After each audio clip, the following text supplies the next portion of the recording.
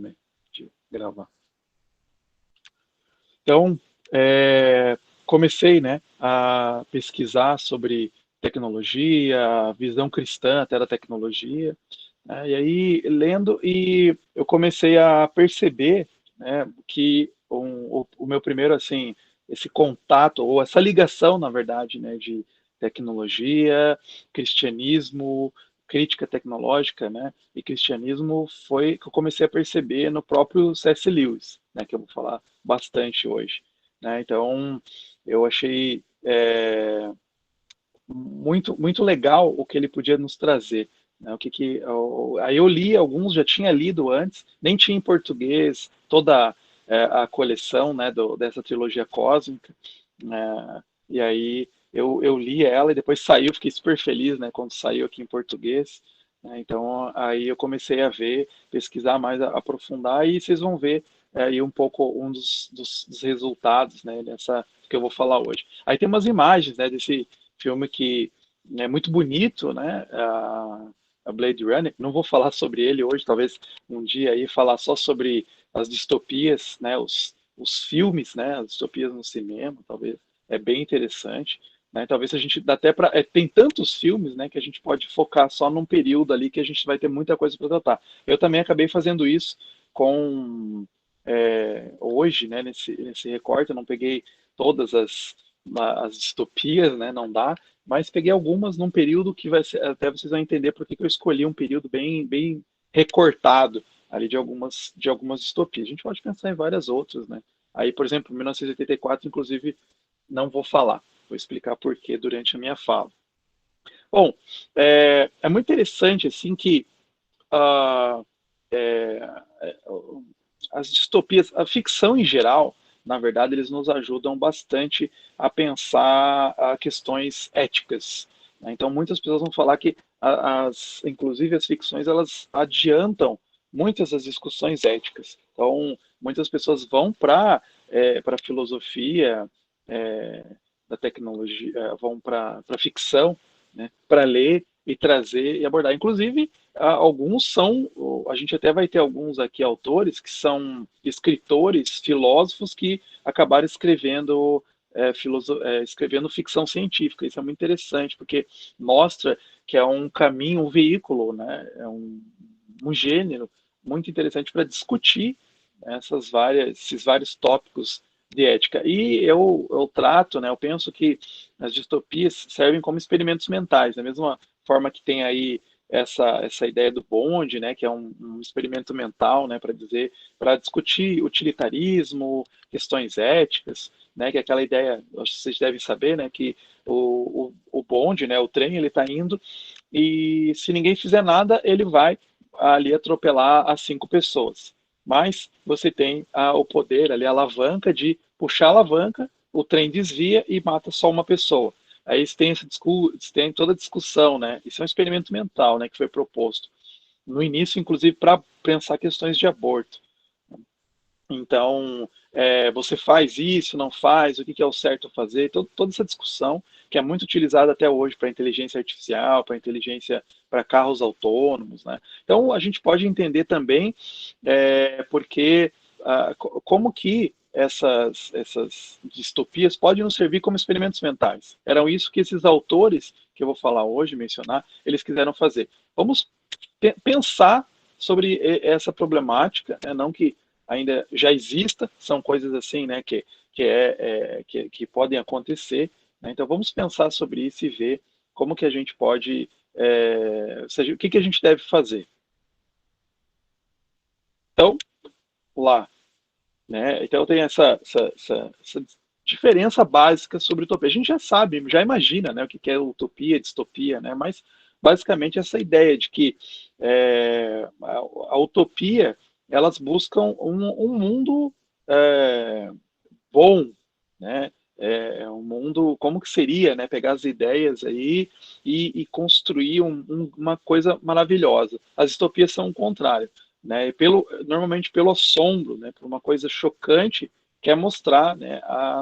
As tendências que podem ameaçar a liberdade, que podem ameaçar o futuro da raça humana. Tem aí essa descrição nesse livro aí, né? Imagem Imperfeita, que também vai comentando, né, um pouco de teoria literária e tal. Também um livro aí que dá umas bases. Basicamente é isso, né? Tem ali no desenho, né? Utopia, a árvore verdinha, né? Distopia, a explosão, a hecatombe nuclear. Não? E o que a gente vai pensar mais especificamente hoje? Sobre essa relação com o transhumanismo, as distopias e o transhumanismo. Né? Então, os livros aqui que eu vou apresentar, os autores, eles vão estar pensando sobre essas temáticas aí, né, relacionadas ao transhumanismo. Então, claro que passa pela natureza humana, né? Pensar o que é a natureza humana, o que é o ser humano, o que significa ser humano, né? E se questionar, né? O ser humano deve ser grandemente aperfeiçoado, e se sim, quais os métodos e implicações de tais mudanças? É isso que esse experimento mental, essas distopias, enquanto experimentos mentais, vão estar se questionando. Então, assim, de um lado, a gente vê os chamados bioconservadores, são aqueles que são meio contrários aos transhumanistas. Então, eles já surgiam lá desde a década de 1920, tá? Então, o transhumanismo moderno ele começa a surgir na década de 1920, então ali logo no período pós-guerra, né, já começa essa discussão, e alguns autores vão se colocar como opositores, vão ser chamados de bioconservadores. Até hoje a gente tem vários bioconservadores. Talvez o mais famoso seja o Michael Sandel hoje. Né? É um autor aí que você encontra os livros dele sempre direto, aí é bem fácil de encontrar. Ele tem um livro chamado Contra a Perfeição. Eu recomendo para todo mundo ler, é muito bom esse livro. E ele é um dos grandes representantes desses bioconservadores. Talvez um dos grandes caras que são transhumanistas, hoje, que é fácil de encontrar, é o Nick Bostrom, que ele tem um livro chamado Superinteligência, e o Harari, Yuval Harari, que tem um livro chamado Homo Deus. Esse livro é totalmente transhumanista. Mesmo que esse livro, o Homo Deus, ele não traga, acho que ele não menciona essa palavra transhumanismo, mas você vai lendo, ele é totalmente transhumanista. Tá? Tem umas passagens e tal, assim, que você fica escandalizado até do nível, né, do otimismo que ele tem. Tá? Então, o que é o transhumanismo? Né? Definir bem rapidamente, bem basicamente.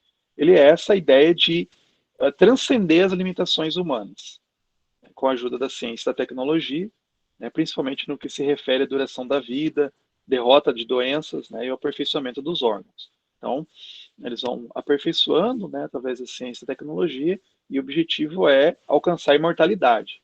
Então, tem vários passos para isso acontecer já.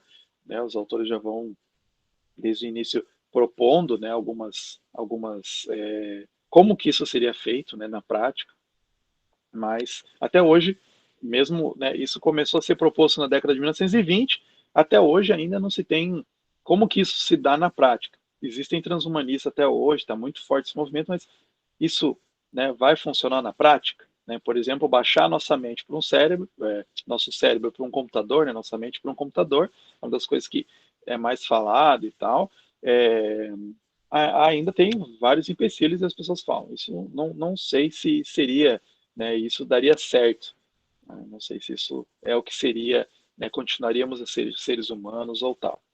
Então, esses são os livros que eu vou mencionar hoje. Como eu disse, tem vários outros, né, vocês podem até pensar depois, talvez a gente pode até falar mais nas perguntas, né, mas esses são os que eu vou apresentar hoje. Então, vou comentar um pouquinho nessa relação, né, de distopias e transhumanismo. Então, primeiro ali, né, Frankenstein, foi escrito em 1818, e depois ele passou por umas modificações e tal, mas surge ali em 1818, né, pela Mary Shelley. Depois, o Nós, do Zamiatin, né, que é de 1921, mas ele teve uma dificuldade para ser, por causa da União Soviética e tal, né, ele demorou até ser conhecido pelo mundo inteiro, né, então foi publicado depois, ali em 1924, que ficou mais conhecido, né, a partir dali. Daí o Admirável Mundo Novo, do Huxley, de 1932, a Guerra das Salamandras, talvez esse seja um dos menos conhecidos, mas é bem interessante. Eu recomendo também ler. É muito bom, o autor escreve, o autor escreve muito bem. E é de 1936, depois o Lewis, né, vou focar nesse último livro da trilogia cósmica, né, aquela fortaleza medonha, né, tem umas críticas aí na tradução, né, aquela força medonha, né, alguns colocam, né, que é, em inglês é The Huge Strength, e a palavra ali, o termo pode ser traduzido tanto como força como fortaleza, né, então fica esse questionamento, né. E você vê que todos eles, na verdade eu coloquei ali a data do Lewis porque a trilogia ela começa a ser escrita em 1938, publicada, né, e daí publica é, depois Perelandra, e daí o terceiro aí, esse livro em 45, já depois, né, ali no ano que acaba a guerra. Então, o que tem em comum, fora o Frankenstein, né, esses outros livros, são que eles surgem durante o período entre guerras. Né? Então, pelo menos a ideia do Lewis já sabia que ia ser uma trilogia, né, também começa ali antes né, logo antes, um ano antes de irromper a, a Segunda Guerra. O que acontece? Vocês podem perceber, sempre quando tem muitas distopias surgindo, e a gente tem bastante distopias surgindo também recentemente, né, Jogos Vorazes, esses Divergentes e tal, né, tem vários, sempre já começa lá com Matrix, né, em 99, se não me engano, né, você vê que é um período onde tem muitas preocupações com relação à tecnologia. Né, então começa a surgir distopias porque as pessoas querem explicar, entender o que está acontecendo. Tá? E então aconteceu isso nesse período aí, né, no intervalo após a Primeira Guerra. O que acontecia? Até a Primeira Guerra as pessoas estavam muito empolgadas com a tecnologia. Né, tava todo mundo lá, o progresso científico e tal. E aí, com a Primeira Guerra, começou a se questionar, será mesmo, né, que é uma boa tecnologia? Olha o que ela fez. E aí começa só a ficar grandes questões existenciais. Não à toa, todo mundo reconhece que o existencialismo, o pico, o auge do existencialismo é exatamente a Segunda Guerra. Então, você vai ver aí vários textos aí, né, Sartre, Simone de Beauvoir, os existencialistas vão, assim, ficar muito fortes, né, Camus, né, nesse intervalo até chegar na Segunda Guerra Mundial, né. Então, é isso que é para marcar, para a gente perceber. Então, os temas que aparecem muito fortes aí, que só vou indicar, não dá para aprofundar muito, mas que estão bem presentes aí, são esses, né? O tema da eugenia, a busca por prolongamento da vida até atingir uma possível imortalidade, upload de mentes, aperfeiçoamento e a desumanização. São os temas que são comuns em todos esses livros. Tá? Então, para ver como. Claro que a eugenia não era uma ideia presente em Frankenstein, porque ela vai surgir depois, né? Depois, inclusive, né, vocês percebam que a Frankenstein é anterior à teoria de Darwin, né, a teoria da evolução. Depois vai ganhando até mais interesse pelas pessoas, né, depois que vem publicada a teoria de Darwin, ali em 1850 alguma coisa, né, meados de 1850, e aí ainda vai caindo mais interesse por essas questões de biologia. Então vamos aí, né, ao Frankenstein. Gente, eu li recentemente, né? Então aí recentemente, assim, uns 3, 4 anos de novo, né? Já com essas questões de ética, de bioética. E eu fiquei impressionado. É muito bom esse livro, né? Quando você vai lendo com essas questões tecnológicas, você fica impressionado. E aí você vê que, não sei se vocês sabem, mas ele era considerado de terror, né, esse livro. Se você lê hoje, a gente já está acostumado, né, com filmes e tal, acho que a nossa mente já está mais assim perturbada um pouquinho, que a gente vai ler e nem acha terror, né? Mas eu fico imaginando para as pessoas na época mesmo, né, que leem. E você lê assim e traz, né, essa questão, né, será que é possível criar vida? Tal, né? Como é que vai ser? E ele pega, né, pedaços de o doutor Victor Frankenstein, né, que vai pegando ali pedaços, né, de seres para construir. Então, assim, não tem, né, o, o monstro, na verdade, ele não tem nome, né? A gente às vezes fala, o Frankenstein daí é o monstro, né? Não, o monstro não tem nome. O Frankenstein é o doutor principal do livro, né? O Victor Frankenstein, que ele cria o monstro, que ele nem dá nome, né, para esse monstro. Aí as pessoas brincam, né? Aí você vai lendo, né? Quando você começa a ler, a primeira coisa que você descobre é que o Frankenstein não é o monstro, é o médico. Né? Mas daí você vai lendo, não, peraí, é o monstro, sim, porque ele é um monstro, né? Esse doutor, ele é um monstro, né? O horrível que ele faz. Né? Então você tem outro impacto, assim. Então, um dos debates que a Mary Shelley vai trazer é exatamente sobre essa arrogância dos cientistas. Você vai lendo, você vai percebendo, né? A falta de virtude por parte, a gente fala bastante dentro da BC2, né? Sobre as virtudes intelectuais, e o Victor Frankenstein era um cara que não tinha virtudes de um bom cientista, né? Pelo contrário, ele fazia várias coisas, ele chegava, né, a coisas ilegais, né? Ia lá e roubava os túmulos, fazia experimentos que ele não sabia o que ia dar, ele não pensava nas consequências dos seus atos, e é isso que a Shelley vai querer trazer, né? É, você questionar isso, até onde a gente pode ir nessa nossa ânsia por criar vida, né? E é interessante que o pai dela é esse cara William Godwin, e ele escreveu sobre a noção de perfectibilidade do ser humano. Então estava muito esse debate, né, ali na família, até onde que a gente pode ir para aperfeiçoar, né, os seres humanos. Ficou muito forte a noção ali do Frankenstein, né, essa ideia do complexo de Frankenstein. Quem elaborou isso foi um cara depois, que veio bem depois, né, o Isaac Asimov, que ele falou sobre isso. Teve outros pensadores também, né? Mas o Asimov, ele não só publicava livros a gente estava aqui no começo falando, né, sobre Eu, Robô e tal, sobre livros de ficção, mas ele também escrevia muitos textos, ensaios, né, de pensar tecnologia, ciência e várias coisas. Até tem uns comentários da Bíblia. O cara era insano. E aí ele fala sobre isso, sobre essa ideia do complexo de Frankenstein, que acontece lá. Foge do controle o monstro. Aí o Asimov fala, né, que na verdade toda tecnologia acontece isso. A gente cria máquinas, né, que estão cada vez menos sob o nosso controle e cada vez mais parecem ter vontade própria. Então, a gente estava pensando sobre inteligência artificial. Então, é clara a progressão do controle direto e imediato por meios humanos até para dar um escorregão, né, dar um grande passo à frente, né, até cada vez mais máquinas menos controláveis e menos independentes. Então ele fala que é isso, e outros autores vão falar sobre o complexo de Frankenstein, que a gente cria uma máquina para uma coisa e de repente ela está fazendo outra.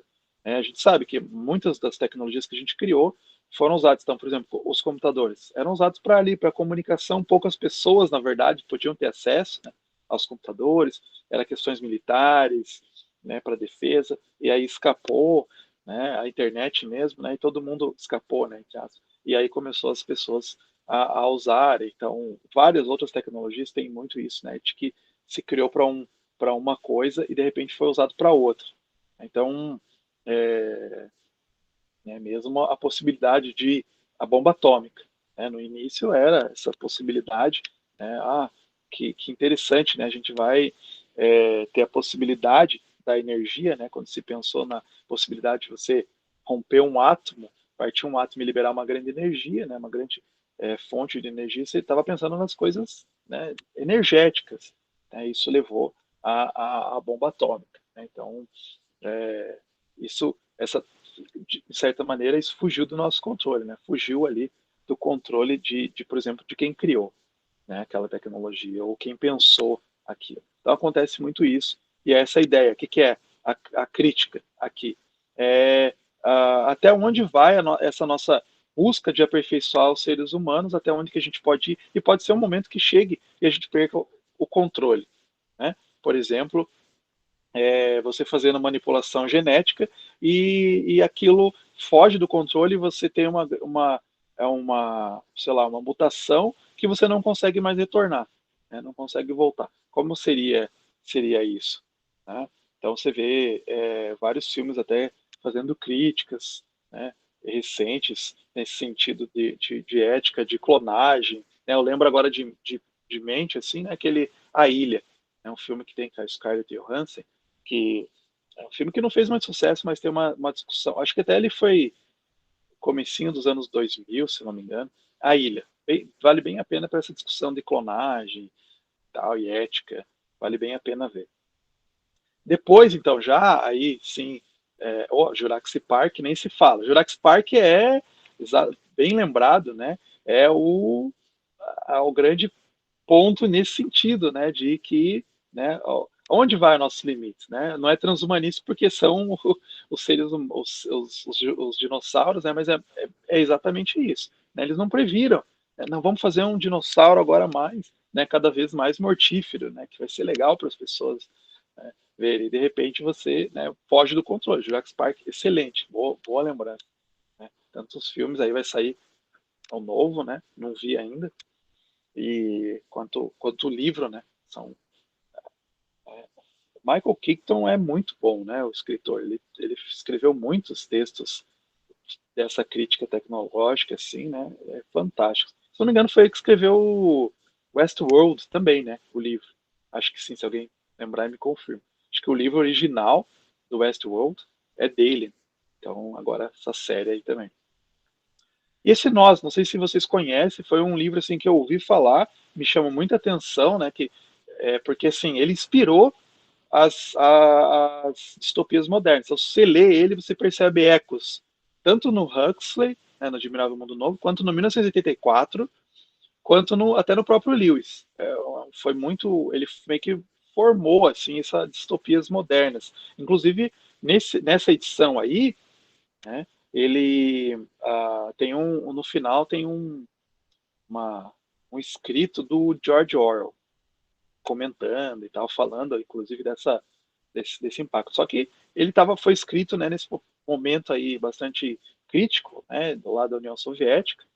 Então ele até teve dificuldade de ser publicado e tal, de sair dali, né, dessa União Soviética, até porque estava, se você ler, você vê que é uma crítica também ao próprio sistema, né, ali soviético.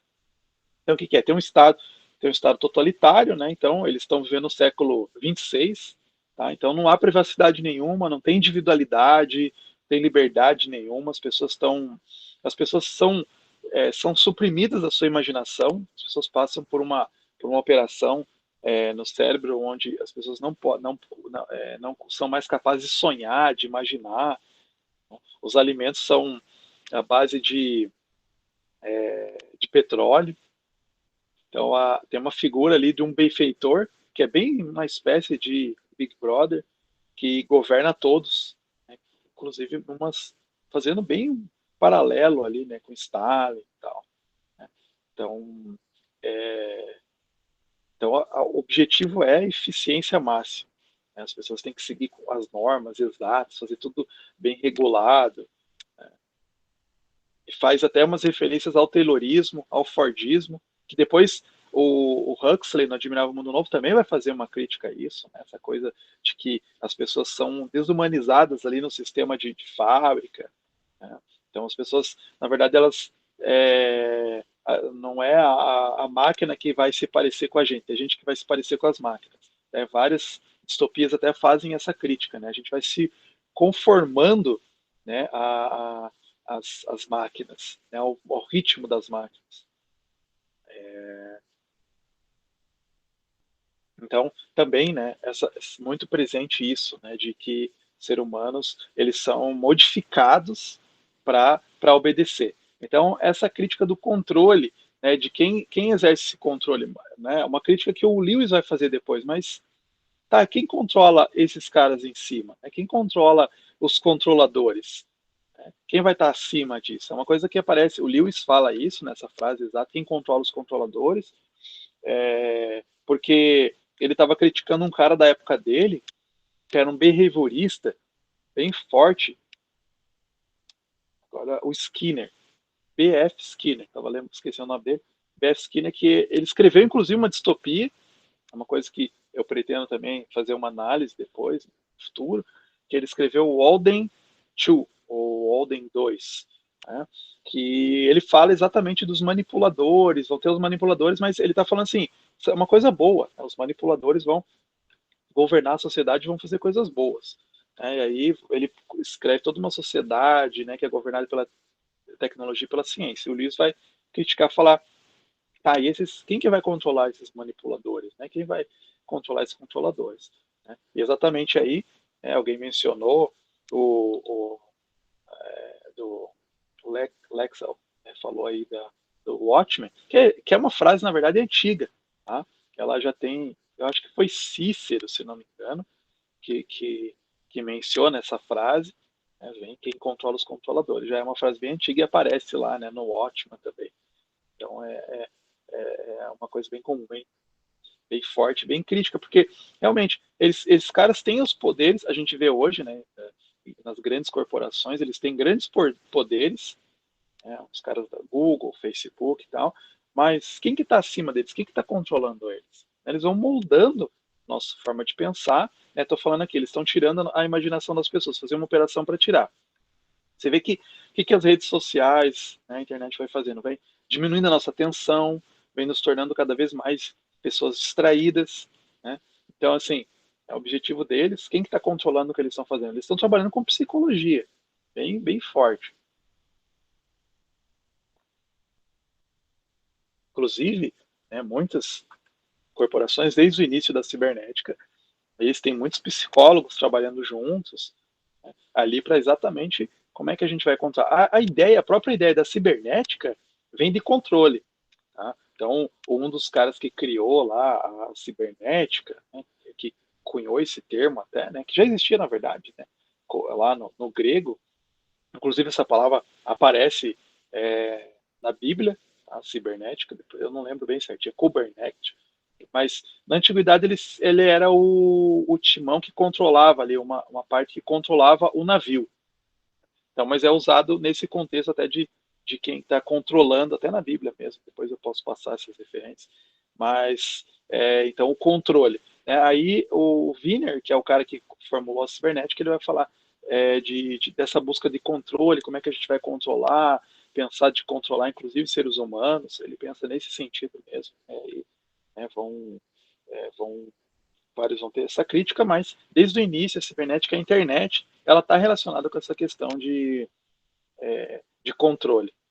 Então, esses caras, o Amiantin, o Lewis, o Huxley, tudo, vão questionar isso. Mas espera aí, como que esses caras têm esse poder? Quem que vai controlar eles? Olha só, eles estão tirando, desumanizando as pessoas. Aí você vai lendo o Nós, aqui vai vendo, você vai ficando indignado. Caramba, eu não quero ver numa sociedade dessa.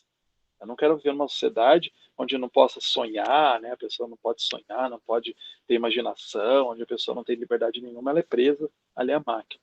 Né? E era isso que estava acontecendo no sistema totalitário ali, né, da União Soviética.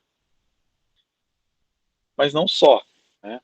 Então, aí o Huxley ele vai falar dos perigos que isso pode acontecer no próprio país dele, né, na Inglaterra. Então, é isso que é o Admirável Mundo Novo. Né? Aí que se passa na Inglaterra, no futuro. Então, ela vai tratar bastante, né, dessas questões de engenharia genética, é muito presente. Até porque é interessante, não sei se vocês sabem, mas o Aldous Huxley, ele foi neto de um cara que era um grande defensor da evolução, que era o Thomas Huxley, o avô dele. E ele era chamado de o Bulldog de Darwin, porque ele defendia as ideias darwinistas com unhas e dentes. É, é, e também o irmão do Aldous Huxley foi um cara chamado Julian Huxley. Ele não é tão conhecido, né? O Aldous ficou mais conhecido, mas o Julian na época era mais conhecido, na verdade, mais famoso. O Julian foi um grande biólogo, participou inclusive da Unesco e tal, né? E ele foi o cara que inventou esse termo, cunhou esse termo transhumanismo. Foi o Julian Huxley que cunhou esse termo. Então ele é bem transhumanista, escreve bastante texto sobre transhumanismo, fez as bases do transhumanismo. Ele, pelo menos, mais dois caras lá. Então, Então, essas ideias, o Huxley, aqui o Aldous, ele vai fazer exatamente uma crítica a tudo isso, né, ao que o próprio irmão estava defendendo, né, dessa maneira. Então, ele está bem presente, né, por exemplo, a questão de engenharia genética. Né? Então, assim, eles estão vendo uma Inglaterra do futuro, né, é, 2500 e alguma coisa depois de Cristo, né? Só que lá tem uma idade, se vocês não leram, não vou dar tantos spoilers assim, né? Mas se vocês percebem que lá tem uma idade diferente, né? Lá é 632 depois de Ford.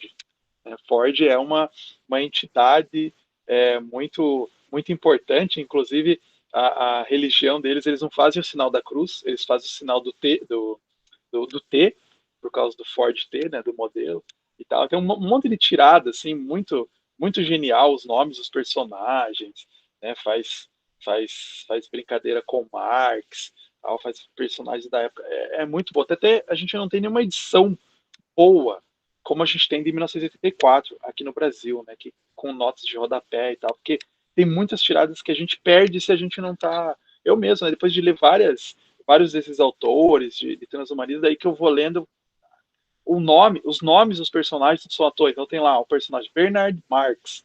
Né, o Marx faz referência ao Marx mesmo, mas Bernard era um cara da época que pensava sobre questões de biologia e tal, tinha umas ideias lá que tem a ver com o que o personagem está pregando. Então tem vários esses nomes, trocadilhos, né, é, que é muito que a gente perde, a gente não conhece. Então é uma edição aí com nota rodapé seria muito bem-vinda. Então as pessoas são clonadas, tem várias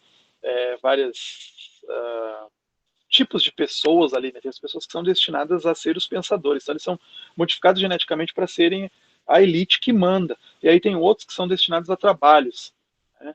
São os que são voltados só para fazer trabalhos forçados. Então eles são modificados para não terem tanta inteligência e terem um corpo mais forte.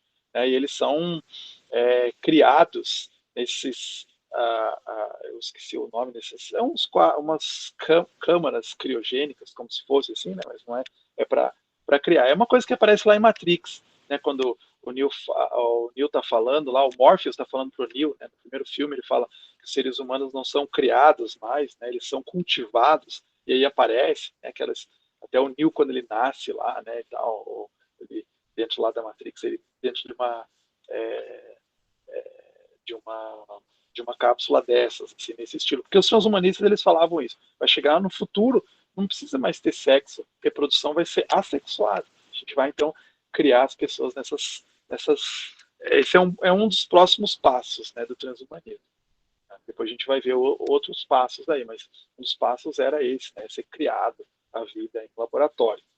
Essas máquinas através disso que ficou chamado de ectogênese.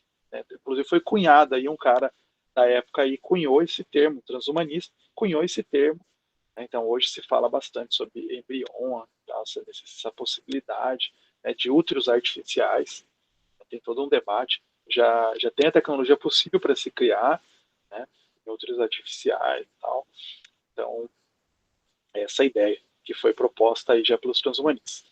Então, esse livro que eu mencionei, né, que é o menos conhecido, que é esse Capek, que ele é da Tchecoslováquia, ele é doutor em filosofia, e nas horas vagas escreve aí uma ficção científica. Né? E, e ele estava exatamente escrevendo no momento onde as pessoas já estavam preocupadas com o que estava acontecendo. Né? Claro que o nazismo estava crescendo muito forte, o fascismo, só que as pessoas ainda não tinham noção, né, do que ia acontecer. Os campos de concentração eles só ficam conhecidos depois, né, da Segunda Guerra. Né? Quando acaba a Segunda Guerra, as pessoas descobrem, né, no mundo fora da Alemanha, né, algumas pessoas, mesmo dentro da Alemanha, né, não sabiam o que acontecia, desconfiavam, né, mas não sabiam. Então, muitos do que ele escreveu, muita coisa que ele escreveu nesse Guerra das Salamandras é meio que um anúncio do que ia acontecer com o nazismo. Esse autor, ele é que cunhou, ele inventou a palavra robô. tá? Ele teve uma outra peça, não nesse livro, mas uma outra peça, onde ele usou esse termo e no original tcheco significa trabalho forçado, né? Trabalhador forçado. Então, essa depois foi usada, né? Essa palavra robô a gente usa até hoje. Então ele tinha essa preocupação, né, com a questões de trabalho, questões de como, porque estava crescendo muito a industrialização, então ele começou a fazer essa crítica. Inclusive também, veja como os três aí, o Nós, o Admirável Mundo Novo e agora esse, Guerra das Salamandras, eles estão fazendo críticas também à questão do trabalho. Como é que está esse mundo? Porque, né, o Fordismo é muito forte, essa desumanização do trabalho, né? Então, vamos criar robôs, seres para fazer esse trabalho para a gente, né, que é horrível e tal. Então, ele vai fazendo aí toda essa crítica. E as salamandras são salamandras mesmo, né? São esses seres que acabam, uma salamandra que cresce um pouquinho mais ali, que começa a povoar o mundo inteiro, né? Começa a pulular, né? Se encher o mundo inteiro. E aí é, eles usam essas raças então para trabalhos forçados. Eles não falam, né? Pouco pensam de maneira muito simples assim ainda. Né? Então eles escravizam essas salamandras e usam eles, inclusive fazem testes igual como faziam nos campos nazistas depois, né? Então isso é uma das coisas que vai anunciar o nazismo, né? Mas eles vão fazendo todos os experimentos e tal, e você vai vendo as pessoas que estão falando ali, porque ele usa, ele usa, ele cria o jeito que ele escreve, né, o Capek é muito interessante, porque ele coloca notas de rodapé para parecer que é uma coisa real, né? Então, olha, né, relatos científicos, aí tem texto, aí tinha um texto uma notícia, né, que ele coloca assim, uma folha de um jornal em japonês, aí eu, né, mandei para uns amigos já, tentei traduzir, e não é nada, é só uma brincadeira que ele fez, ele só juntou vários ideogramas lá japoneses e tal. Mas ele coloca essas coisas para brincar como se fosse mesmo um relato real mesmo, né, disso que está acontecendo. Então não é assim, diretamente uma visão transhumanista, né, porque está falando das salamandras, né, mas ele vai trazer essa questão de como que a gente cuida da natureza, como é que a gente tenta controlar a natureza, que é uma coisa que o Lewis vai falar, né, a gente tentar controlar a natureza, dominar a natureza, mas tentar colocar sobre as nossas mãos, né, que é a ideia desde Babel, né, que é a ideia lá de que não, vamos controlar isso aqui, a gente está se espalhando, vamos tentar controlar, né, vamos por ordem, e aí essa ordem a gente acaba tentando pôr na nossa mão e a gente vê aí que sai muito errado, tem muitas consequências, porque o homem é um ser falível, né, imperfeito e tal, a gente fala pecaminoso, né, nós cristãos, mas a gente sabe essas limitações. Então, muitos autores que vão falar contra essa ideia, né, ou vão falar sobre falibilidade, mesmo não sendo cristão, eles vão apontar isso. Ó, nós somos falíveis, a gente não consegue enxergar todas as variáveis. Né? E a gente tem que ser responsável, a gente tem que ser cuidadoso com a natureza. Né? Então, como a gente cuida dos animais, por exemplo, né? Também dos outros seres vivos do planeta, tudo isso é uma crítica de que... E você vê que os transhumanistas eles têm essa preocupação, tem uma ausência de preocupação com, com a vida em geral. Você vai lendo os livros deles, os textos deles, você fica assim, indignado com como eles são pessoas assim que não têm, parece, eles não têm moralidade nenhuma. Não, é tudo, vamos fazer tudo para o bem da ciência. Inclusive tem se vocês quiserem procurar um desses grandes transhumanistas, tem um vídeo que é um cara que se chama Haldane. Se vocês tiverem também, assim, é meio que de terror, tá? O vídeo tem na internet. Se chama Experimentos com Animais, alguma coisa assim. Haldane, é com H, Haldane, Experimentos com Animais. Também depois eu posso postar. Mas que é o cara, lá, ele era inglês, ele foi para a União Soviética e começou a fazer experimentos com animais. E a ideia era que fazer uma cabeça, um cachorro que morreu, retornar à vida. E aí eles pegam só a cabeça do cachorro e fazem essa cabeça voltar à vida. Né? Então, aí aparece o vídeo, tal, ele vai falando assim que deu certo, mas não sei, é meio estranho, assim, umas pessoas, né? falam que não aconteceu não mesmo, de fato, né? Mas, sei lá, mas essa é a ideia deles, eles queriam, né? Como é que, porque para os transhumanistas só o cérebro que importa, só a mente que importa, é o último estágio da evolução, é a gente sair dessa casca. Aí a gente pensa lá no Robocop, Ghost in the Shell, né? Jogar essa casca e ficar só com o nosso cérebro, só o cérebro que importa. Então eles vão tentar fazer isso primeiro lá com o cachorro, com outros seres, né, para um dia chegar. A ideia deles era, eles inclusive estão escritos nisso, chegar um dia no ser humano. E aí a gente pode viver para sempre. Essa será a forma da gente viver para sempre, só com o nosso cérebro e tal, talvez baixado no computador, ou talvez conectado de alguma forma, mas só com os nossos cérebros a gente consegue viver eternamente. E aí, chegamos, né? No Lewis. Vê que eu estou passando bem assim, né, gente? Bem panorâmica, só instigando vocês aí para ir ler cada um desses, que são muito ricos, esses livros. Né?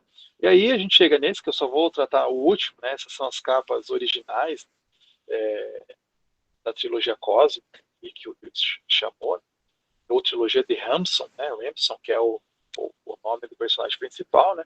Além do Planeta Silencioso, tem até uma música do Iron Maiden, né? Perelandra e That Reduces Strength, aquela fortaleza medonha. Então são as capas aí, uma das capas que tem, né? E as capas aí que a gente tem nas edições que foram muito bonitas, nessas edições aí da Thomas Nelson.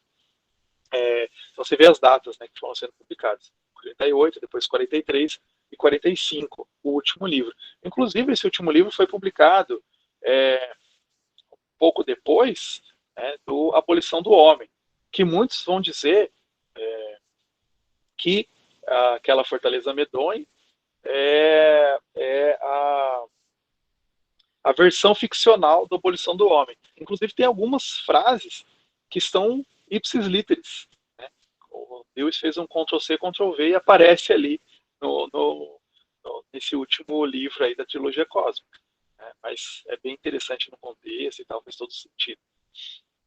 Então, se você já lê assim, né, lá a Abolição do Homem, só o capítulo, né, a Abolição do Homem mesmo, o capítulo que dá nome ao livro, que é muito impressionante, inclusive nas críticas deles, não só para transhumanismo, mas também para cibernética, para inteligência artificial. É impressionante o escopo aí, o poder que tem do que o Lewis está falando. Tanto que muitos autores vão falar, até não cristãos, tá? Eu tenho até um livro aqui antigo de filosofia da tecnologia. Deixa eu pegar aqui para vocês, porque é muito. Eu achei num sebo, ó. Velhão o livro. Tá até caindo as folhas. Filosofia da tecnologia. Está aqui dentro tem vários autores, Jacques Ellul, quem aí conhece, né? É, Hans Jonas, que é um outro autor, e está aqui o Abolição do Homem, tá? Foi escolhido para ver como tem tudo a ver com filosofia da tecnologia, né, que o livro está falando. E a ideia principal dele, apesar dele nunca mencionar esse termo, transhumanismo, mas é atacar o transhumanismo. Inclusive, depois vão ter pessoas transhumanistas que vão escrever cartas para o Lewis, né, e vão falar, ó, como é que é isso que você escreveu aí? O que é esse absurdo aí que você falou? Né? Porque ele faz meio que uma sátira dos cientistas. Vou mostrar uma fotinha aí de um cientista da época, imagina como que o Lewis imaginou, né? Cientistas dando uma crítica. Né? E aí acusavam o Lewis de ser contra anti-ciência. O Lewis fala, não sou anti-ciência, sou contra cientificistas. Isso sim. Então ele fala assim, no Abolição do Homem, o que chamamos de poder do homem sobre a natureza revela-se como poder exercido por algumas pessoas sobre outras, tendo a natureza como instrumento. Então você vai usar. O que é? É modificar a natureza humana. Né? Algumas pessoas vão controlar essa modificação, vão dizer para onde que tem que ir. Eles falam, o que é a perfeição? Né? Bom, para aquelas pessoas a perfeição é isso, sei lá, enxergar no escuro. Né? Não sei. O que pode ser? Né? Ler mente, né? Se comunicar através da mente, né? ligar a televisão, né? com a sua mente, ligar o ar-condicionado com a sua mente. Isso é perfeição? Não sei, né? Para algumas pessoas, né? Isso não é uma boa. Né? Então, daí o Lewis transpôs isso de maneira ficcional. Foi interessante porque quando ele lançou o primeiro livro, ele tem nas cartas dele, né, inclusive ele falando isso, quando ele lança lá o Para Além do Planeta Silencioso, Além do Planeta Silencioso, ele fala assim, eu fiquei impressionado como as pessoas não perceberam a teologia cristã. Muitas pessoas pegaram o livro, leram, gostaram e não perceberam a teologia cristã por trás. Né? Tem o torto que aparece lá, enfim, tem um monte de questões bem teológicas lá. Né? O torto é o diabo, né, e tal, Satanás e tal. Então tem várias dessas questões. Sim, e o Luiz falou, bom, estou impressionado que as pessoas não se tocaram. Então, agora eu percebo que, pela ficção, eu posso trazer muitas questões teológicas que as pessoas vão estar absorvendo sem elas perceberem. Né? Então, aí, eu não sei se vocês sabem, mas essa teologia cósmica, ela antecede a Nárnia.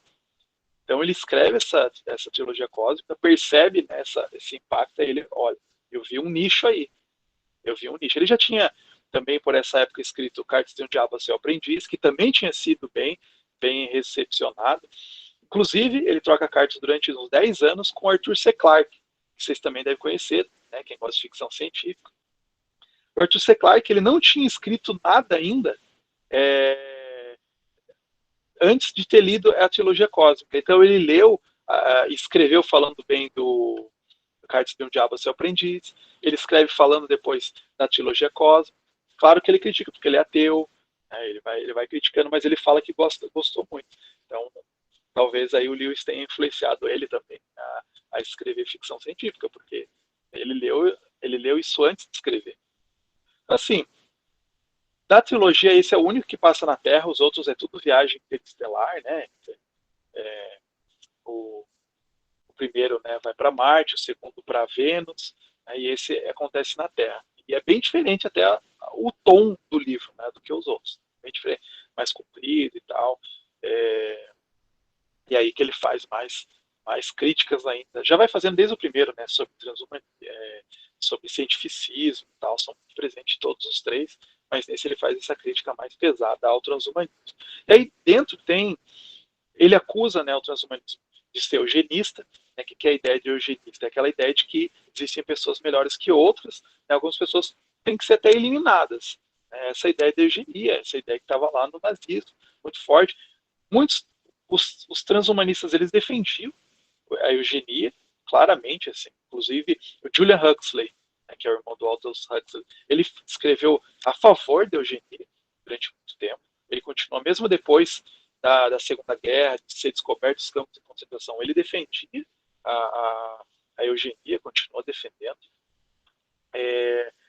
Então, essa crítica é bem forte. Aí, ele tem esse Instituto Nacional de Experimentos Coordenados, que em inglês é mais legal, com o trocadilho aí, né, porque é NICE, né, o National Institute for Coordinated Experiments, que é uma associação que tenta fazer uma planificação da ciência, né, de toda a Inglaterra, de fazer esses experimentos. E aí tem o doutor, ele fala qual que é o objetivo. Então, esse é um dos cientistas. Ele fala assim, esse instituto, ele para além de melhorar a vacina, de criar vacinas, né, questões da ciência estão pensando, melhorar a tecnologia, né, ele é para a conquista da morte, ou para a conquista da vida orgânica, se preferir. Então, eles são bem gnósticos, né, contra os transhumanistas são bem gnósticos, né, contra o corpo, contra a coisa orgânica, né, não quero, vamos nos livrar disso, né. Por isso que é o Ghost in the Shell. O Ghost in the Shell é isso, né? Você não tem mais partes orgânicas, são partes sintéticas. Então, o Instituto existe para fazer sair desse casulo da vida orgânica, né, o ser humano, que abrigou, né, a tenra infância da mente. Então, você tem que se liberar aí. Criou esse corpo humano, né, dentro do pensamento aí, de alguns evolucionistas, né, que a mente foi criada aí a partir, né, surgiu aí a partir, né, questões puramente naturais, né? Então, desenvolveu, né, teve na evolução, desenvolveu esse cérebro, agora a gente tem que tirar esse cérebro, tirar daqui, né, porque é o jeito de o homem deixar evoluir, próximo passo. Então ele não morrerá mais, o homem artificial livre da natureza, essa é a ideia do controle da natureza. A escada, a natureza é a escada pela qual escalamos, agora a gente pode afastá-la com um chute, pode jogar para lá a natureza. Então é isso que é esse instituto, que é uma espécie, inclusive, de Torre de Babel, que tem lá para o final livro, não vou contar, para não dar spoiler, mas tem uma torre, uma espécie de uma Torre de Babel também. Na verdade, todo, né, por isso que foi traduzido dessa forma, inclusive, né, em português, aquela fortaleza medonha, porque se refere a esse instituto que faz uma referência a Babel, que talvez essa preferência pela tradução do que uma força medonha, né, a fortaleza que associa diretamente a esse instituto, né, que é totalmente transhumanista. Então tem muitas ideias ao longo do livro, né, atacando esse movimento transhumanista, inclusive fazendo uma paródia a, a coisa bizarra que seria a ideia dos transhumanistas, né, de que só o cérebro, né, ficar só um cérebro. Então o Lewis discute muitas questões filosóficas nesse livro, nessa trilogia, né? Então ele traz essas questões, né, de filosofia da tecnologia, questões da mente, né? Essa questão se a gente conseguiria viver só nosso cérebro, então só com o nosso cérebro, talvez numa uma cuba, né, que é um velho problema filosófico, vocês podem procurar depois se interessarem, é o cérebro numa cuba, que tem vários autores discutindo isso, né? Será que se a gente conseguisse colocar no cérebro e ficasse num ambiente que fosse vivo e ficasse dando ali os choques elétricos, as sinapses, né? Que conseguisse manter vivo, a gente estaria vivo? Né? Seria viver isso? Seria uma forma de vida? Então tem vários debates, a ideia inclusive, né, do Matrix, que se discute isso. Né? Então a pessoa está lá parada e ela pode viver. Então, muitos filmes têm essa ideia, né, essa discussão. Continuaríamos a viver só com os nossos cérebros, ser humano? E claro que ele totalmente discorda, né, disso. Ser humano é ser um ser incorporado, o nosso corpo faz parte disso. Né? Então, quando a gente se entrega totalmente à tecnologia, não que ele seja contra a ciência e tecnologia, na verdade, nenhum desses autores vão ser contra a ciência e tecnologia, mas eles vão ser críticos, né? Vão falar, olha, a gente tem que tomar cuidado para onde que a gente vai. Bom, gente, quero começar a caminhar para o final para a gente também ter umas perguntas, uma conversa mesmo. Então, deixa eu passar isso aqui. Então, os alertas dessas distopias aí dessa crítica, né, de que o homem pode se transformar numa máquina, né, e perder totalmente a liberdade que ele tem, se tornar um escravo da máquina, se tornar um escravo da tecnologia. E os transhumanistas discordam. Né? Não, esse é o futuro. Né? A gente se juntar com as máquinas, né? A gente se moldar, colocar nosso cérebro no computador, né? Baixar nosso cérebro, nos juntar totalmente, né? Para mudar totalmente. Mudar essa natureza. É por isso que alguns vão falar, né, de que já não mais só transhumanismo, né, superar as limitações humanas, mas deixar de ser humano. É o pós-humano, que é uma forma até bizarra que aparece, não sei se vocês assistiram, que aparece naquele Raised by Wolves, que é um seriado da HBO, que infelizmente foi cancelado, né? Teve 2 temporadas, é bem estranho, assim, toda a série, mas é interessante que ele discute isso, né? Qual que é a evolução do ser humano. Daí tem lá uma evolução bizarra, né? De como seria o ser humano evoluído. Né? Então, essa crítica. Né? Então, como eu disse, né, a posição de vários autores aí que são até bem na moda, né, o Harari, que eu falei, oh Deus, tem vários outros, assim, inclusive pessoas que trabalham nessas grandes corporações, por exemplo, um cara chamado Kurzweil, Ray Kurzweil, que ele trabalha na Google, é um dos grandes caras responsáveis pela inteligência artificial na Google. E ele escreveu vários livros claramente transhumanistas. Ele é bem transhumanistas e tal. Então, é com esses caras hoje que a gente está lidando, né, com essas pessoas. A gente está usando, né, aí, dando grande poder para essas grandes corporações nos modificarem. A gente vai caminhando aí para modificações, né, e eles estão bem felizes, né, que a gente está dando todo esse poder para eles. Eu mencionei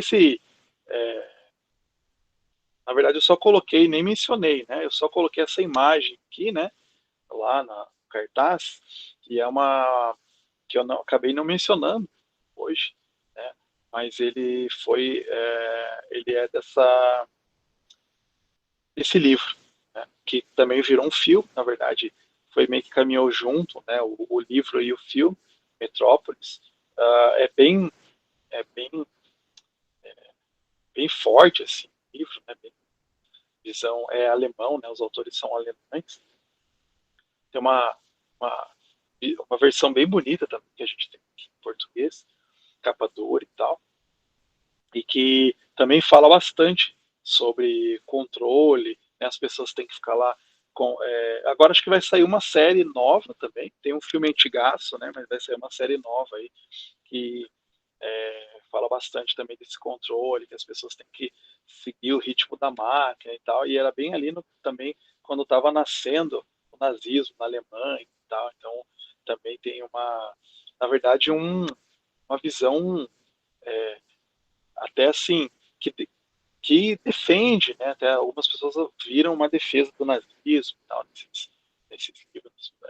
Os autores foram nazistas também, tal, então, toda uma visão, mas ainda não deixa de ser uma crítica bem forte, né, a essa questão tecnológica, né, do controle e tal, de que tem a máquina que vai nos controlando e a gente vai se conformando, a nossa natureza humana vai se moldando a tecnologia.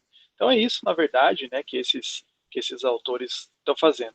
Eles estão fazendo essa crítica, tentando falar pelo absurdo, né, isso que é uma distopia, né, pelo absurdo, mostrando para a gente, alguém mencionou ali, né, o Luke, né, mencionou Black Mirror, que é exatamente essa ideia, né, de nos chocar, mostrar, olha o absurdo se a gente continuar nesse caminho, né, olha para onde que a gente vai. Isso aqui não é mais, a gente não tem mais liberdade, isso aqui não é mais natureza humana, isso aqui é outra coisa, né, tá?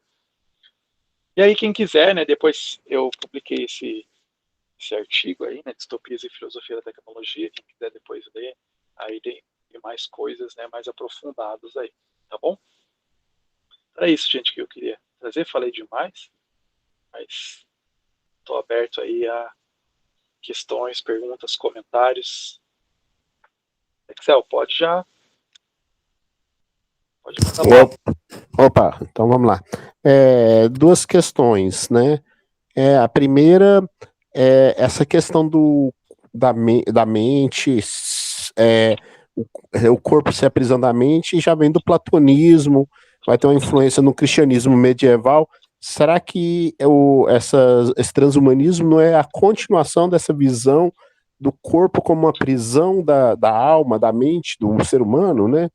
E a segunda questão no meu caso, como eu gosto de super-heróis, dessa minha praia, né? Pelo período que você me fala, que você falou que começou aí as distopias, será que esse transhumanismo também não seria ali, os super-heróis não seriam consequência desse transhumanismo, uma popularização dessa ideia do transhumanismo através dos quadrinhos de super-heróis? Ah, excelente, excelente, bem colocado. Com certeza, eu acho que essa visão está muito forte, né? Inclusive a ideia do Superman, né? Muito, eu acho que foi um dos primeiros, né? Assim que ficou mais famoso, né? Super-heróis, mas está muito, muito presente, sim, essa ideia, né? É, da raça superior, né? Inclusive o The Boys faz uma paródia disso, né? Desse ser superior e tal, só que ali ele não tem nenhuma moral, né? Nenhuma ética, né? Eles são egoístas, tal, né? Pensam só no deles. E realmente os heróis são essa noção. Então, X-Men, né? Você vê, é totalmente isso, né? A próximo passo da evolução. né? Todo mundo quer, né? Quero as possibilidades de eu querer de ter uma modificação, né? De eu conseguir poderes e tal, né? Então, com certeza tem tudo a ver, né? Então tem muitos essa essa noção, né? Do próprio super-homem, né? Que foi tirado, inclusive lá vem do Nietzsche, né? O Uber, não sei como é que é a pronúncia, Ubermensch, né? O, esse homem que superou, né? Eu acho que, na verdade, o fugiu o nome lá do personagem principal do The Boys, né? Ele é bem o Ubermensch, né? O cara que não tem mais, faz as próprias leis, as próprias morais, né? Ele é O bem a Bruto? ideia nietzschiana. Oi? O Bruto? Isso, deu pra ouvir muito bem. Mas Capitão Pátria é o outro, né? É o Homeland, né? Homeland, isso. Uhum. Uhum. Isso, né? É bem o Ubermensch. E então tem muito a ver, seria interessante até, né, ver comparar, né, mas eu acho que assim, os quadrinhos, né, com esse pensamento, mas tem tudo a ver, faz todo sentido, porque é a visão que está na época, né? Então agora com as possibilidades, desde o século XIX, com a biologia, né, então começa a entrar na mente das pessoas isso, a gente pode melhorar, né, a raça humana, como é que a gente vai fazer? Inclusive um cara que tem muitas referências de transhumanismo nos quadrinhos, né? Mas tem um cara aí que está escrevendo os X-Men agora, né? O Jonathan Hickman, que ele tem uma série chamada de quadrinhos chamada Transhumanismo, Transhumanism, não tem em português, né? Transhumanism, que é bem legal, foi bem elogiado e tal. Então ele traz essa discussão, inclusive ele trouxe para essa nova série de X-Men que está, sei lá, né? Deixou a desejar bastante, assim, mas dos quadrinhos, né?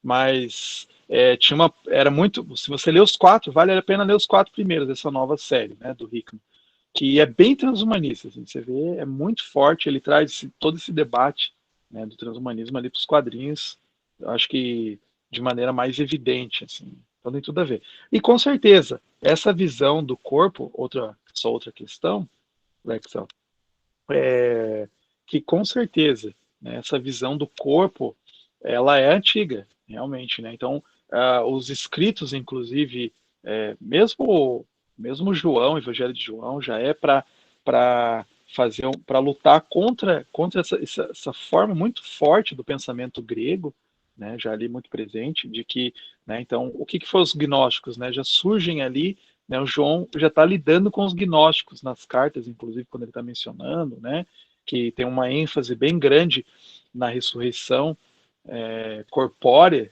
né, de Cristo, porque ele está exatamente lidando com esses questionamentos. Os gnósticos, né, então, negando ali ó, a importância, você vai vendo os outros anteriores até, né? Então, já falando, né, o corpo é uma coisa ruim, a gente tem que lidar. Então, isso ficou muito forte ao longo da história, mesmo, né, lá realmente, né, a gente pode voltar lá, com certeza, em Platão, né, e vendo essa forma, porque, né, o que importa é para além disso, né?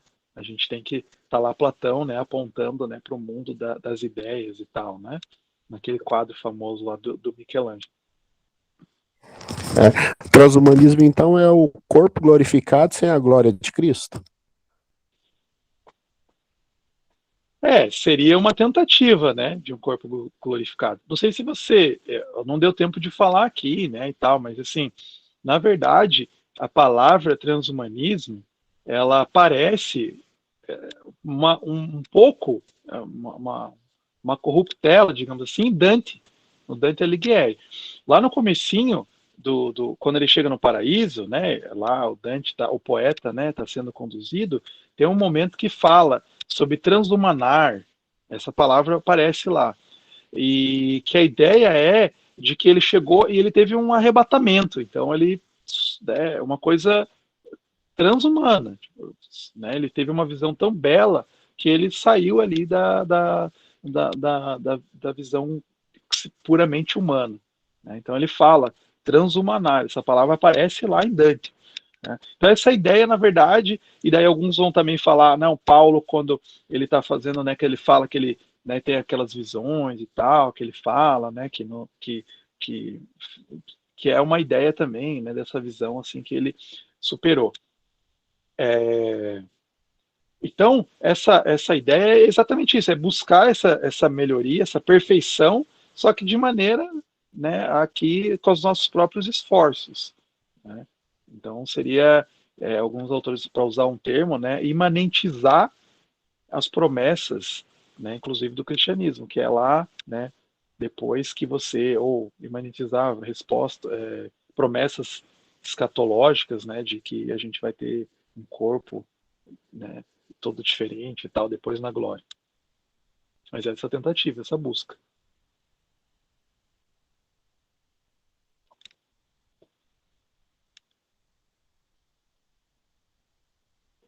O que mais, gente? Opa, Silas aqui.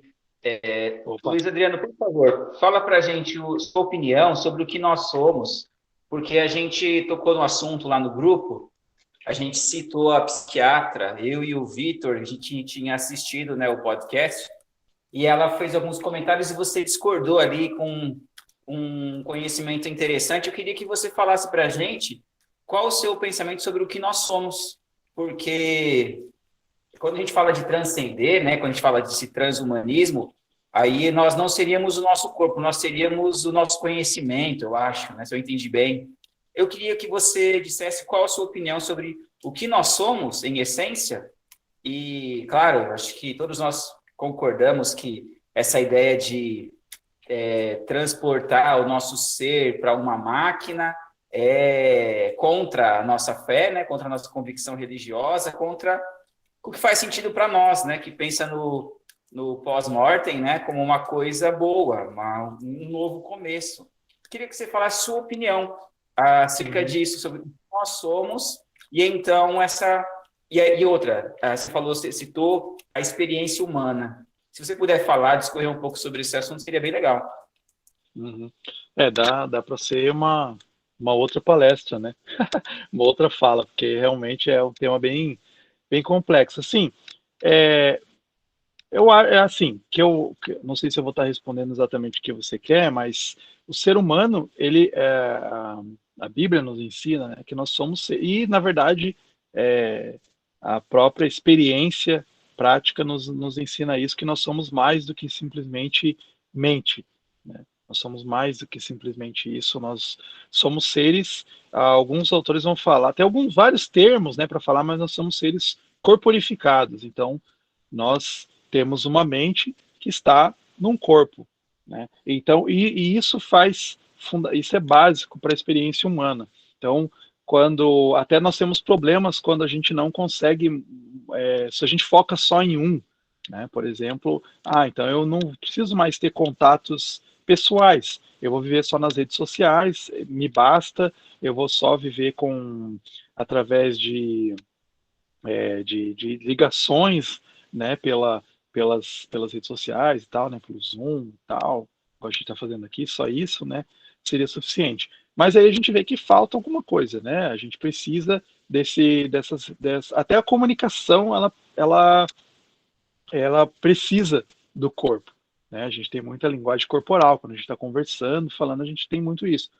Então, até tem um texto lá, né, que eu escrevi, claro que é bem básico, né, sobre o metaverso, né, lá na Tuporém, a ressurreição de Cristo e o metaverso, que é a ideia, né, que eu acho que Cristo nos aponta a direção do que será um ser, do que nós seremos, né, nós não seremos seres etéreos, né, quando a gente morrer e tal, e depois chegar, né,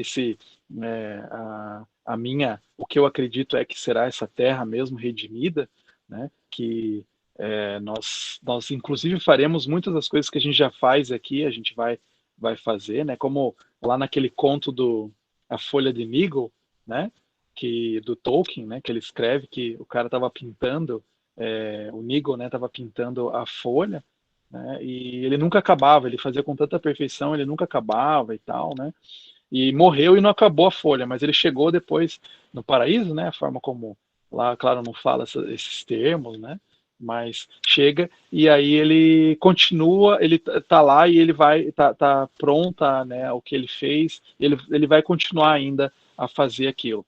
Então eu acho que a gente Exatamente, chegou nas terras imortais.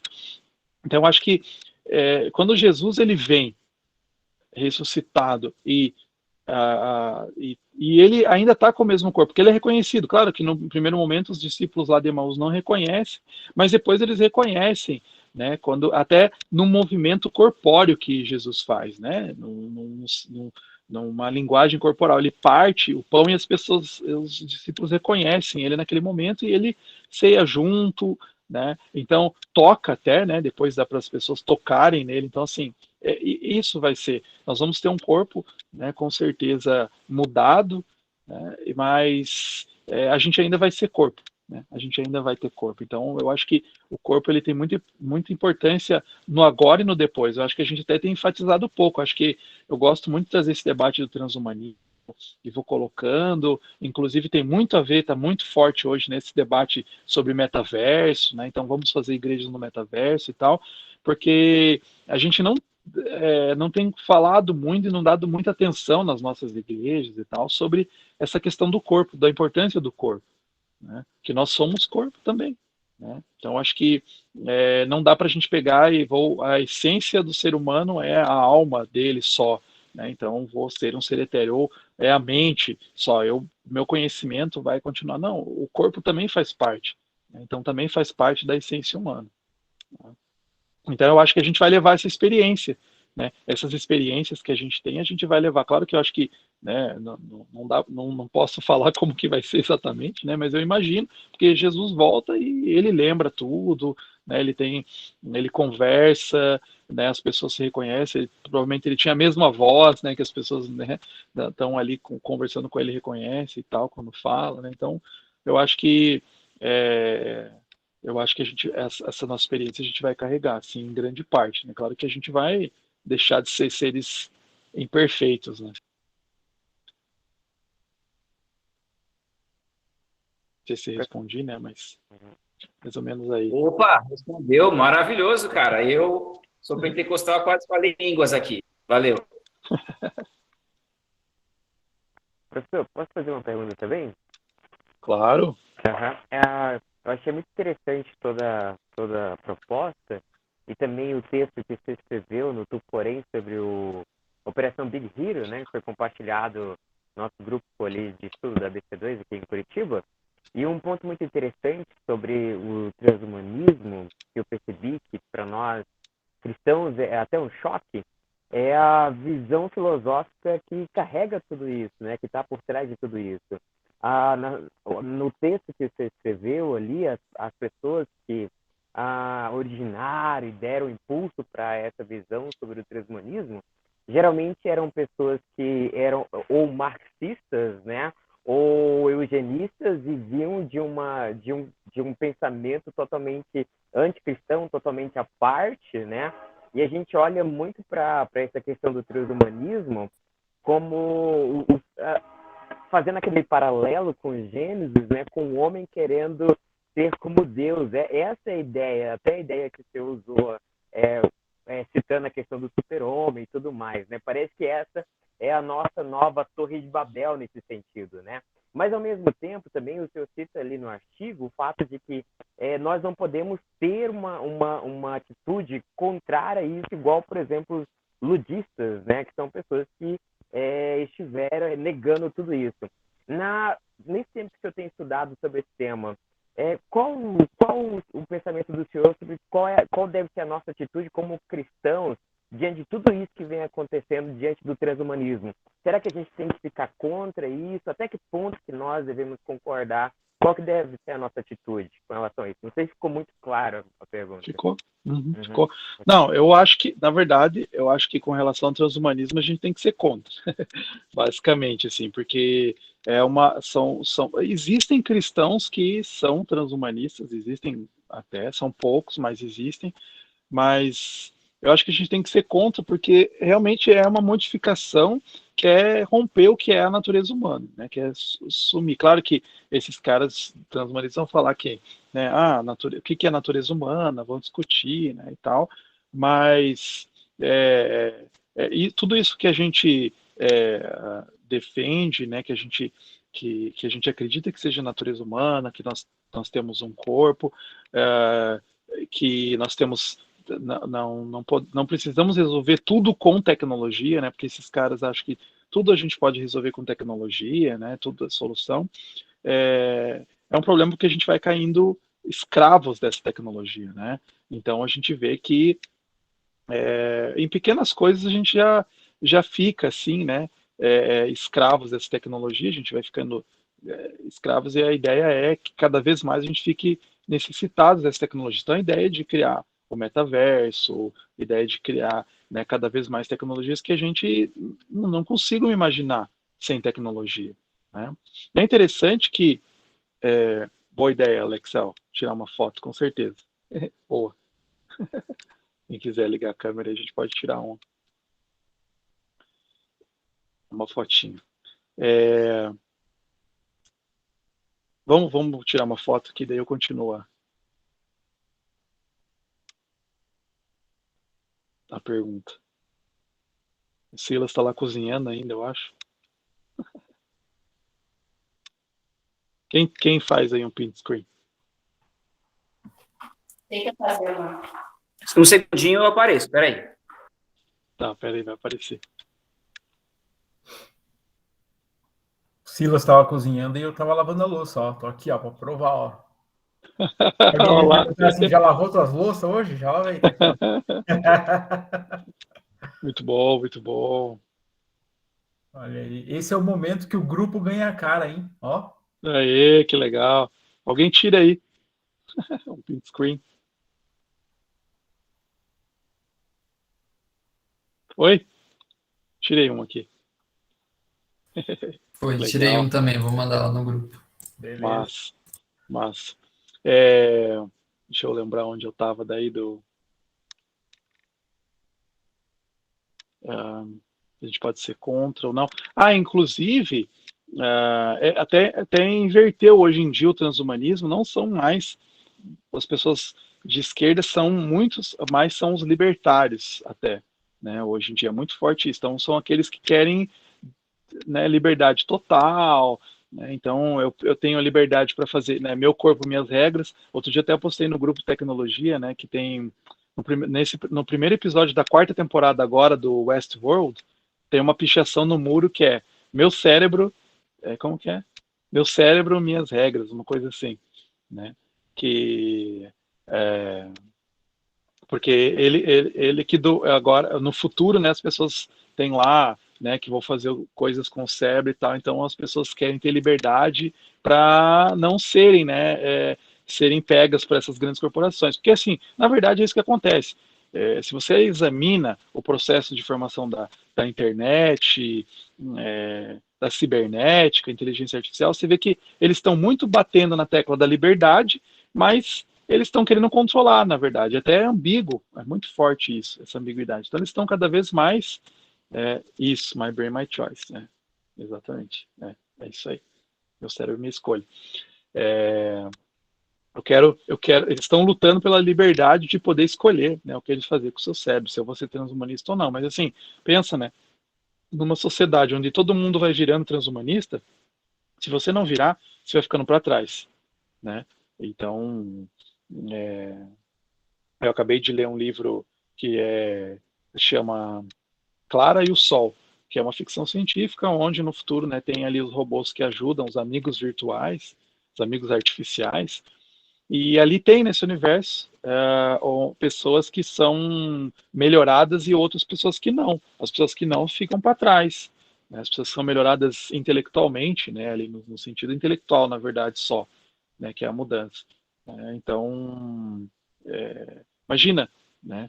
Primeiro que só algumas pessoas vão estar disponíveis vamos pensar só essa melhora, melhora cognitiva, né? Inclusive escrevi um artigo, se alguém quiser depois se interessar por esse debate, escrevi com um cara do direito e a gente publicou numa revista bem conceituada e a gente metendo pau no melhoramento cognitivo, falando que era uma coisa ruim. Então a ideia é isso, né? Melhorar cognitivo. Então pensa assim, né? Algumas pessoas vão ter acesso a isso, né? Vai virar o quê? Exatamente o que você falou, Lu. É isso aí. vai gerar um apartheid genético, né? Algumas pessoas vão ter, então, peraí, então a gente vai ter que separar. As pessoas que são melhoradas geneticamente não podem fazer vestibular junto com as pessoas que não foram melhoradas geneticamente. Então a gente começa a separar isso, né? Então é isso que acontece, né? É isso que na verdade, é o princípio da eugenia. E é muito difícil esses caras escaparem, os transhumanistas modernos, até nunca conseguiram escapar dessa coisa deles serem eugenistas. É muito difícil, porque eles acabam mencionando, não, então as pessoas vão ter escolhas, elas vão poder escolher se elas vão ser modificadas ou não, mas e quem não for modificado, né? E aí fica todo esse debate e eles ficam com essa dificuldade de não serem taxados como eugenistas. Então eu acho que assim, né? Por tudo isso, eu acho que a gente não pode, nenhum desses autores que eu mencionei eram contra tecnologia, né? Você falou dos luditas. Acho que não é essa a ideia, né? A gente ser contra tecnologia total, né? Acabar, mas a gente vê, né? Usar com cuidado, ver, né? Os limites dessas tecnologias. Também falar de tecnologias que não devem ser inventadas, né? Não é porque a gente tem a capacidade de inventar que a gente vai lá e inventa a tecnologia, né? Por exemplo, isso, baixar nossa mente para um computador. Não faz sentido, né? Se você vai examinando, né? Vai vendo as implicações, não vai dar certo, não vai funcionar isso, né? Então, a gente pode, não é porque tem umas pessoas lá, não, mas eu quero, vamos fazer, né? Vamos fazer isso, né? Vamos fazer essa modificação, né? Vamos baixar minha mente para o cérebro, para um computador, porque eu acho que vai ser uma boa, né? Então, até fica esse questionamento, não sei se vocês assistiram aquele filme, o Transcendência, né, que tem o Johnny Depp, que fica exatamente esse questionamento, né? Será que ele continua sendo humano mesmo ou não?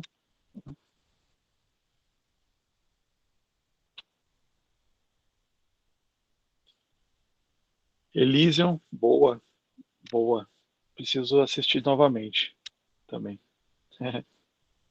Muito boa. Muito bom esse filme também, nesse sentido, né? Bom, gente, acho que a gente pode ficar por aqui, até pelo horário. Eu acho que esse é um debate bem interessante, né? A gente pode ficar ainda muito tempo, a gente pode continuar aí nos grupos aí, a gente pode continuar esse debate também, levantar as ideias, sugestões, né, de filmes e tal, séries, outras séries, outros filmes, livros também a gente pode continuar lá, né? Que tem muita coisa interessante para se falar. Beleza? Então, obrigado aí pela presença de todos. Foi muito bom estar aí com vocês. Valeu, Ficamos Luiz. por aqui, tá bom? Boa noite para todo mundo, então. Boa noite. Boa noite, obrigado, Boa noite, viu? pessoal. Obrigado, gente. Falou. Falou. Até.